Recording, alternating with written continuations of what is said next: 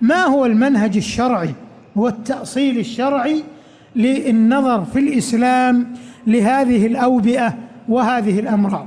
قال الله عز وجل: ولنبلونكم بشيء من الخوف والجوع ونقص من الأموال والأنفس والثمرات يصيب الله عز وجل عباده ويبتليهم بأنواع من الأمراض. والواقع أن هذا لا ينافي الإيمان بالله. قل لن يصيبنا إلا ما كتب الله لنا، ولا التوكل عليه، ولا صدق اليقين بما من الله به علينا من أن لله عز وجل الحكمة البالغة والقدرة النافذة، فلا يحصل شيء إلا بقضاء الله وقدره، والمسلم دائما يؤمن بقضاء الله وقدره. الناس أمام هذه الأوبئة والأمراض طرفان ووسط، منهم من يتكل ولا يأخذ بالأسباب، ومنهم من يعتمد على الأسباب ويغفل الاتكال على الله عز وجل، ومنهم أهل الوسط فيتوكلون على الله ويأخذون بالأسباب. وهذا هو المنهج الذي سلكته هذه الدولة المباركة المملكة العربية السعودية في اتخاذ الإجراءات الاحترازية لمنع انتشار هذا المرض. قال النبي صلى الله عليه وسلم كما في حديث ابن عباس: إذا سمعتم الطاعون في أرض فلا تدخلوها، وإذا أصبتم أو أصيب الناس في بلد فلا تخرجوا منها، كل ذلك منعا للعدوى. والنظر للعدوى أيضا، النظر للعدوى يكون نظرا وسطيا، ففي الحديث: لا عدوى ولا طيرة، ليس نفيها بالكلية، وإنما الصحيح أنه لا عدوى متنقلة أو منتقلة من شخص إلى شخص إلا بإذن الله، رد على ما كان عليه أهل الجاهلية من أنهم ينسبون العدوى للناس، ينسبون العدوى للناس أو للمرضى، فهذا لا يمكن، هذا كله بأمر الله. ولهذا قال عليه الصلاة والسلام في آخر الحديث: وفر من المجذوم فرارك من الأسد، يعني اتخذ الأسباب.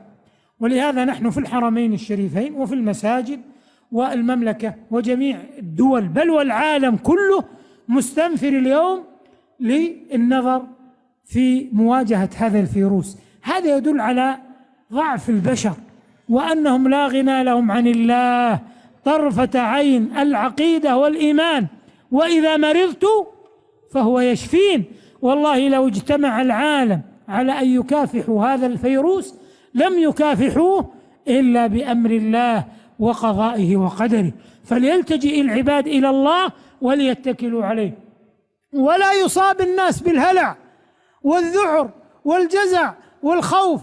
في ناس يخاف يسلم عليه، ولا يخاف يجي للمساجد، ولا يخاف من كل شخص، وتلقاه دائما متحرز. نعم، عقم نفسك، اغسل يديك، احرص على أن لا تنتقل عليك العدوى برذاذ. ونحن أيضا في هذا المسجد المبارك وفي مسجد رسول الله عليه الصلاة والسلام تعقم الأرضيات وتعقم السجاد والفرش 10 مرات يوميا قبل كل صلاة وبعد كل صلاة من اتخاذ الأسباب.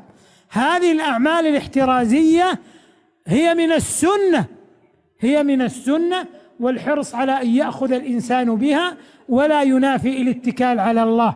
ولهذا لما ظن بعض الناس أن الجرب يعدي في الإبل قال: من الذي أعدى الأول؟